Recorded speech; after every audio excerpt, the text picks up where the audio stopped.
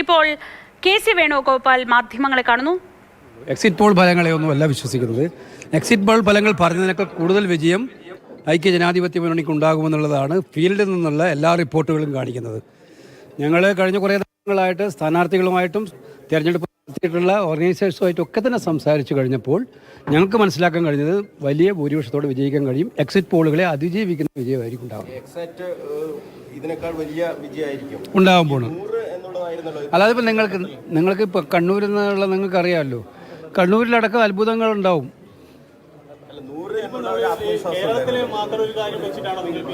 അല്ലല്ല, ഞങ്ങൾ എക്സിറ്റ് പോളുകളുടെ കാര്യത്തിൽ ഞങ്ങൾ കഴിഞ്ഞ കുറേ നാളുകളായിട്ട് തന്നെയാണ് എക്സിറ്റ് പോളുകളെ ഞങ്ങൾ കഴിഞ്ഞ കുറേ നാളുകളായിട്ട് എടുക്കുന്ന നിലപാട് തന്നെയാണ്. എക്സിറ്റ് പോളിൻ്റെ ഫലങ്ങൾ മാത്രം വെച്ചിട്ടല്ല ഫലങ്ങൾ വരാറുള്ളത്.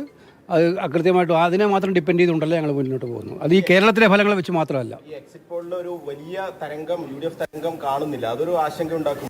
അല്ല, അതാ ഞാൻ പറഞ്ഞത്, ഞങ്ങൾ കണ്ടത് തരംഗം തന്നെയായിരുന്നു.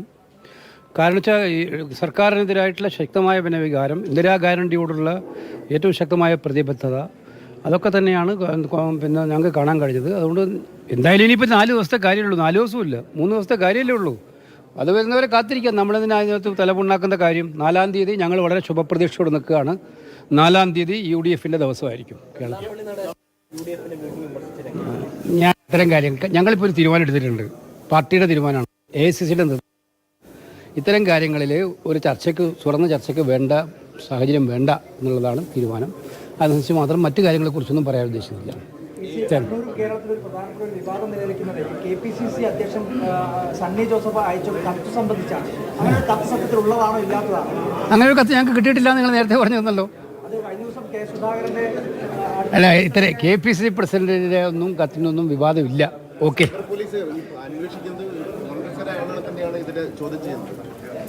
വരട്ടെ, ചോദ്യം വരട്ടെ, എന്താ വരുന്ന പോകുന്നത്. എന്തായാലും മുഖ്യമന്ത്രി ചർച്ചയുടെ കാര്യത്തിൽ അതുണ്ടാവില്ല.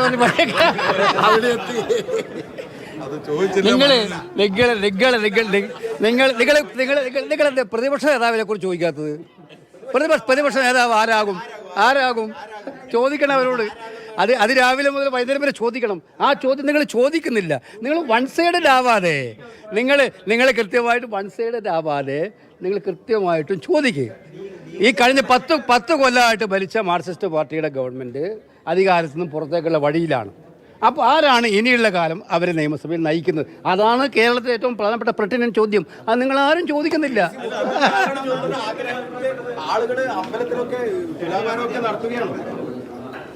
േക്കാൾ മികച്ച വിജയം, വളരെ ആത്മവിശ്വാസത്തിലാണ് കെ.സി. വേണുഗോപാൽ. ഇന്നലെ വന്ന എക്സിറ്റ് പോളുകളുടെയൊക്കെ ഒരു തെളിച്ചം മുഖത്ത് കാണാനുണ്ട്. എക്സിറ്റ് പോളാണോ എക്സാക്ട് പോൾ ആവുന്നതെന്ന് നമുക്കൊരു 3 ദിവസം കൂടി കാത്തിരുന്നാൽ പോരെ, എന്തിനാണ് പ്രവചനങ്ങൾ നോക്കുന്നതെന്നാണ് കെ.സി. വേണുഗോപാൽ പറയുന്നത്.